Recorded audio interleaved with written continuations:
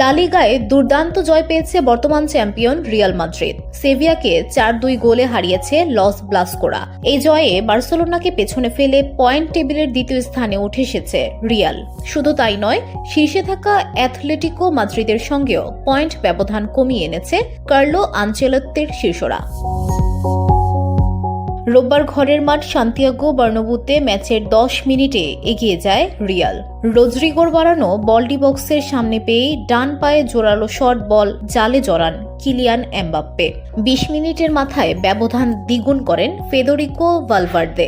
D বক্সের বেশ বাইরে থেকে দুর্দান্ত শটে বল জালে জড়িয়ে ব্যবধান বাড়ান তিনি। এরপর ম্যাচের 34 মিনিটের মাথায় ব্যবধান 3-0 করেন রদ্রিগো। এই সময় ডান দিক দিয়ে দ্রুত আক্রমণে ওঠেন লুকাস ভাস্কেজ। এরপর বল বাড়িয়ে দেন ডি বক্সে ঢুকে পড়া রদ্রিগোকে। রদ্রিগো ডান পায়ের শটে জাল কাপান। অবশ্য পরের মিনিটে সেভিয়ার ইসাক রোমেরো দারুণ এক হেডে গোল করে ব্যবধান কমান। বিরতি থেকে ফিরে ব্রাহিম দিয়াজের গোলে 4-1 গোলে এগিয়ে যায় রিয়াল।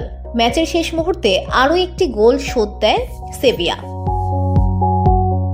85 মিনিটে পাল্টা আক্রমণে বল নিয়ে উঠে পড়েন সেভিয়ার দদি লুকে পাকিও। এরপর গোলরক্ষককে একা পেয়ে নিখুঁত শটে গোল করেন, কিন্তু 4-2 ব্যবধানের পরাজয় এড়াতে পারেননি। এই জয়ে 18 ম্যাচ থেকে রিয়ালের সংগ্রহ 40 পয়েন্ট, সমান ম্যাচ থেকে অ্যাথলেটিকোর সংগ্রহ 41 পয়েন্ট, আর 19 ম্যাচ খেলা বার্সেলোনার ঝুলিতে আছে 38 point. VOD Bangla news desk.